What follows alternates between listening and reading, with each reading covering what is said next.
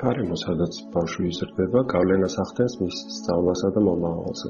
ბავშვთა უფლებათა კონვენციის 21 მუხლის მიხედვით, სახელმწიფოები ყველა აუცილებელი საშუალების გამოყენებით უზრუნველყოფენ უმაღლესი განათლების ხელმისაწვდომობას ყველასთვის თითოეული უნარის შესაძლებლად და უზრუნველყოფენ განათლებისა და პროფესიული მომზადების სფეროში ინფორმაციისა და მასალების ხელმისაწვდომობას ყველა ბავშვისთვის.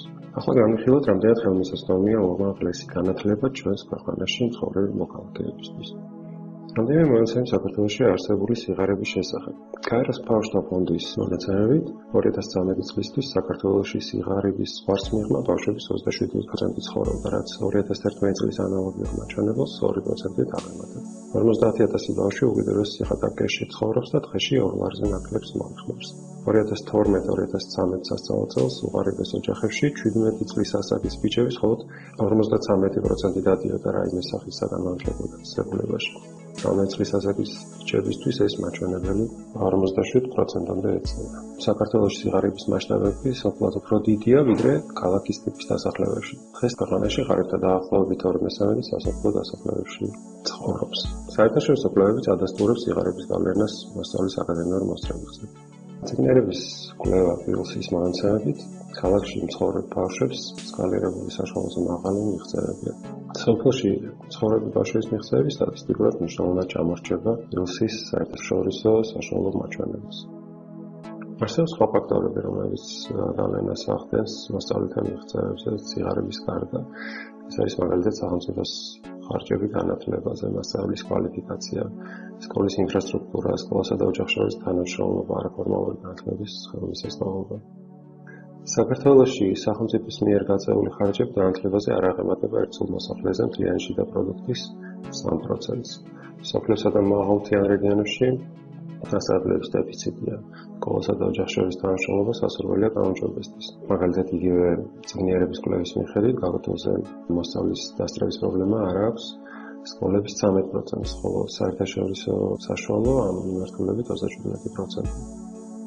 ბავშვების განათლებისთვის გაწეული დამატებითი ხარჯებიც მნიშვნელოვანი მათი მიღწევებისთვის. მაგალითად, 2011 წელს საქართველოში ჩატარდა კერძო რეპეტიტორობის ფენომენის კვლევა, რომლის მიხედვითაც საქართველოში რეპეტიტორთან ყოველი მეოთხე მოსწავლე ემზადება. სარეპეტიტორო განათლება კრიტიკულ მაჩვენებელს დაამთავრებელ კლასში აღწევს. რეპეტიტორობის მასშტაბები განსხვავებულია ცენტრსა და პერიფერიაში, ისე როგორც მაღალშემოსავლიან და დაბალშემოსავლიან ჯგუფებში. დედაქალაქში მცხოვრები მაღალი შემოსავლის მქონე ოჯახის დაამთავრებელ კლასში მყოფი თითქმის ყველა მოსწავლე ემზადება რეპეტიტორთან. იმ ოჯახებში, რომლებსაც სასკოლასაგის შვილები ჰყავთ, განათლების ხარჯები მეორე ადგილზე დგას საკვების ხარჯების შემდეგ. თუ მოსწავლე რეპეტიტორთან არ ემზადება, ამის მიზეზად ძირითადად ფინანსურს მიწევს ასახელებს. მოქალაქეები თვლიან, რომ რეპეტიტორთან მომზადება ზრდის უმაღლესში ჩაბარების შანსებს. სარეპეტიტორო სისტემის ასეთი მასშტაბების ერთი საფუძველი ქვეყანაში არსებული საგამოცდო სისტემაა. მოსწავლეს დაამთავრებელ კლასში უწევთ 8 საატესტატო და 4 ეროვნული გამოცდის ჩაბარება.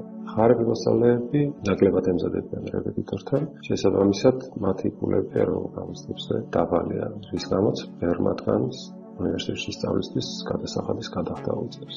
მნიშვნელოვანი განვიხილოთ, როგორ არჩევენ აბიტურიენტები უნივერსიტეტს.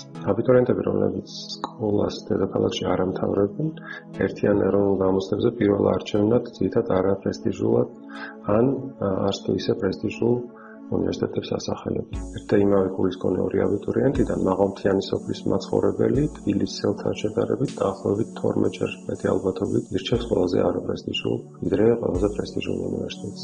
როგორც ჩანს, როდესაც უმაღლესი განათლების მისაღებად აბიტურიენტები და მათი ოჯახები უნივერსიტეტს ირჩევენ, ისინი თვალისწინებენ სასწავლებლის ადგილმდებარეობას, რაც განაპირობებს მანძილ სახლამდე საცხოვრებელ ხარჯებს, მიზიდულობას, ასევე სწავლის საფასურს, პრესტიჟს და საზღვაური პროგრამის არსებობას.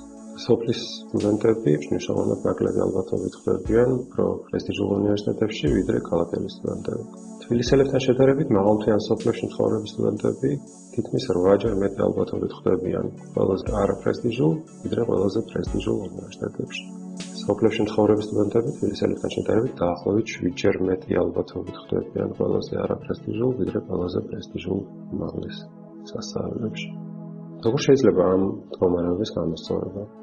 მდგომარეობის გაუმჯობესებისთვის მნიშვნელოვანია საქართველოს თითოეული მამოქალაქე, რომელიც დაკავშირებულია სკოლასთან, გაიაზროს ბავშვთა უფლებების კონვენციის 22 მუხლის მოთხოვნები, შეაფასოს საქართველოში არსებული სოციალური, ეკონომიკური მდგომარეობა და მონაწილეობა მიიღოს განათლების პოლიტიკის ცვლილების პროცესში სკოლის, მუნიციპალიტეტის და ქვეყნის დონეზე. გაუმჯობესებისთვის აუცილებელია სახელმწიფო და კერძო სექტორიდან შემოსულ თანხებს გზა გაუხსნათ, საჯარო და რაც არერეთითორო სკოლისკენ. განათლების პოლიტიკა ამ მიმართულებით უნდა დაემყაროს შემდეგ პრინციპებს. უნდა მოხდეს სკოლების საქმიანობის მრავალფეროვნების წახალისება.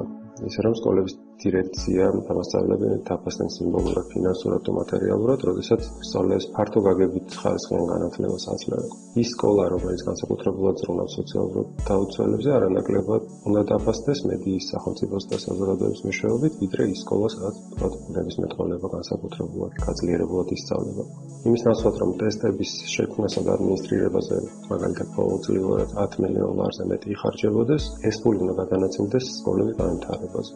ამ ფულით შესაძლებელია მაგალითად ყოველწლიურად საჯარო სკოლებისთვის საშუალოდ 5,000 ლარის მისცემა, რომელიც შეიძლება დაიხარჯოს სკოლებში ინოვაციური სასწავლო პროცესის, სწავლის მეთოდების დამატებით საგნების შემოღების, მოსწავლეების პროექტების დაფინანსების და სხვა განმავითარებელი იდეის დასაფინანსება. მეორე, უნდა მოხდეს მშობლების წახალისება, რომ ის ფულადი სახსრები, რასაც რეპეტიტორობაში ხარჯავენ, მოსწავლეების ფართო განათლებას დახარჯონ. მშობლებს უნდა მივცეთ შესაძლებლობა, რომ თავისი რესურსი დახარჯონ თავიანთი შვილების სასკოლო პროექტების, იდეების განხორციელების, სამგზავრო საწარმოო პრაქტიკის, ბიბლიოთეკების და წარმატებით სკოლებში ჩართვისთვის. ეს მოხდება მაშინ, როდესაც სკოლები კი არ დაისჯებიან მშობლების თანხების მოზიდვისთვის, არამედ როდესაც იქნება ფართო საზოგადოებრივი კონტროლი სკოლებზე, ვიზრო ბიუროკრატიული კონტროლის ნაცვლად, როდესაც იარსებებს სახელმწიფო თანახმადნაცება მოსწავლეების ინტერესების განმავითარებელი კლუბებისთვის, ბიბლიოთეკებისთვის, სამოგზაურო ბანაკებისთვის, სასკოლო გამოგონებისთვის და სხვა. და მესამე, უმაღლესი ჩაბარების პროცესი უნდა გაიოლდეს, ან უფრო გამრავალფეროვნდეს. ამასთან უნდა იყოს ერთ-ერთი და არა ყველაზე მნიშვნელოვანი კომპონენტი უმაღლესებში მიღების დროს. დანარჩენი, მაგალითად, შეიძლება იყოს უნივერსიტეტების მიერ დაწესებული სხვა კრიტერიუმები, სკოლებში მიღებული შედეგები, სკოლის გარეთ მიღებული გამოცდილება და სხვა მიღწევები. ასევე სასურველია შეიქმნას სასტიპენდიო ფონდი, რომელიც ეკონომიკური სტატუსის და საცხოვრებელი ადგილის მიუხედავად ნიჭიერ ახალგაზრდისთვის ხელმისაწვდომს გახდის პრესტიჟულ უმაღლეს სასწავლებელში სწავლას.